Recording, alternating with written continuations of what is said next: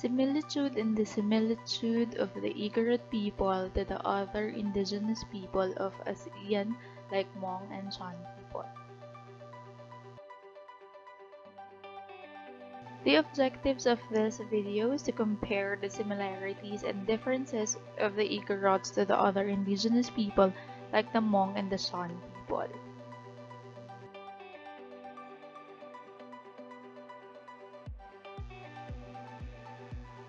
Also to discuss the contribution of the Igorot, Hmong, and Shan people to the ASEAN culture and further understand them.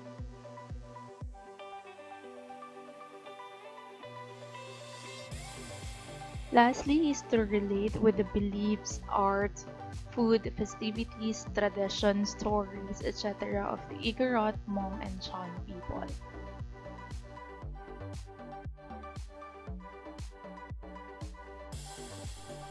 The term Igorot is an Old Tagalog word meaning people from the mountains.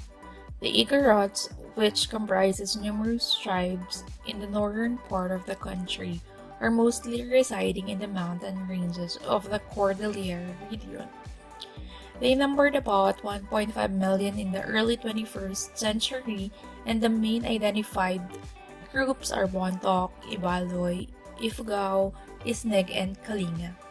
The Igorots are popularly known for being rice cultivators, root crops, which are also their primary food source in their own yields like yam, corn, potatoes, carrots, and organic products found in the woods. They used to raise pigs and chickens, primarily for the numerous rituals and sacrifices. Part of the Igorot culture is wearing their day-to-day outfit. The male Igorot outfit is called bahag, a long woven fabric that can be 10 to 15 inches in width and with a length of 3 to 5 feet. Traditionally, the Igorot males don't have any upper attires. For some tribes in Kalinga and Bontoc, tattoos are evident. The more tattoos a male Igorot has, the greater his authority in the village is. Back in the days, an Igorot having many tattoos signified that he killed more tribal adversaries using his spear or bolo. The Igorot outfit for females features a large rectangular woven clothing that measures 3 to 4 feet long and 3 to 5 feet wide. Generally, it is called tapis. It is simply wrapped around the waist.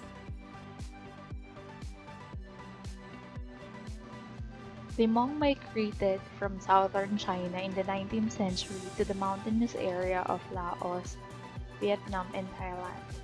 The Hmong practiced the shifting cultivation of unirrigated upland crops. Buckwheat, barley, and millet were grown at the highest altitudes, and rice and corn at the lower elevations. Traditional Hmong clothing is distinctive for its highly embellished needlework known as a flower cloth. Traditionally, Hmong embroidery is used as a form of decoration on clothing to make it bright and beautiful. Hmong embroidery includes bright colors, pink, red, green, as well as blue, and they are sometimes used to contrast with the colors of yellow and brown, overlaid with white. From a young age, Hmong girls learn how to make and copy motifs from their mothers and grandmothers. Girls with impressive embroidery skills are admired for their potential ability to make beautiful cloths for their future husbands and family members. On New Year's Day, a Hmong family wears their new clothes to celebrate the festivities.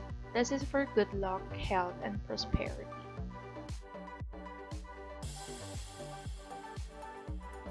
Shan are the Southeast Asian people who live primarily in eastern and northwestern Myanmar and also in Yunnan province, China. The Shan are the largest minority group in Myanmar, making up nearly one-tenth of the nation's total population. In the late 20th century, they numbered more than 4 million. Sean men wear baggy trousers, usually made of indigo-dyed homespun fabric, called kun. The trousers have a huge waistband which is gathered and knotted in front. Women wear sarongs called fasin, which are cotton or fancy embroidered silk in a tube and wrapped tightly at the waist. There are traditional jackets and blouses to go with this, but younger people wear them with t-shirts and denim jackets for a comfortable mix of old and new. Large conical bamboo or straw hats called coop provide a shade for Shan men and women working in the fields or walking in hot sunlight. Shan men and women often wear large turbans wrapped from long lengths of cotton or bright terracotta towels. Similarities of Igorot, Hmong, and Shan. When it comes to their clothing, they are similar with a colorful embroidered or weaved outfit. Also, the similarities in their festivities are greatly alike. They usually sacrifice animals like pigs for their offerings, and their cultural dances are the dances to heal, worship, and to shoo away the misfortune. Animal sacrifices like chicken, pigs, and cattle are central to Igorot rituals, usually depending on the type of ritual and perhaps the direction of the so-called elders. The Igorot also believes in deities like Lumawig, Bugan, Kabigat, and Kabunyan. Those are the popular tales and legends for them. There are no clans or tribes, and political organization is generally limited to the village level. Kinship is traced on both the paternal and the maternal sides, extending as far as third cousins. While the Hmong are animists, people who believe in souls or spirits, in their practice of religion, the Hmong believe that the spiritual world coexists with the physical world. The spirit world consists of many types of spirit that influences the human life. Some types of spirits are ancestral spirits, household spirits, spirits in nature, and evil spirits. The Shans also believe in multiple gods and spirits which can cause good or evil in people's life. They believe their next life is determined by the good or evil they have done. So to atone for wrongs, a person must participate in merit building activities. Talking about the cultural heritage that contributes to the ASEAN culture, starting with the Ifugao rice terraces, this is the priceless contribution of Philippine ancestors to humanity. Built 2,000 years ago and passed on from generation to generation, the Ifugao rice terraces represent an enduring illustration of an ancient civilization that surpassed various challenges and setbacks posed by modernization. The Ifugao rice terraces epitomize the absolute blending of the physical, sociocultural, economic, religious, and political environment. Indeed, it is a living cultural landscape. Moving forward with the Hmong, traditional textiles patterns of Hmong ethnic people in Salong Commune, Muyong Cha District, the northwestern province of Dien Bien, have been recognized as national intangible cultural heritage. The local Hmong community, known as the Hmong Wag Group, uses handicraft textiles, motifs, and patterns to represent their social life, culture, history, and aspirations. They believe costume patterns help them communicate with deities to pray. The patterns in cross, triangle, shapes, among others, are made by sewing cloths of different colors, by embroidery, or by encaustic painting.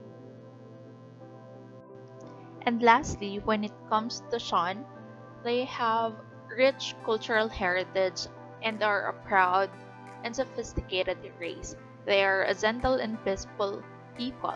Instead of handshakes, they greet one another with a Y, where the palms are placed together and lifted to the head.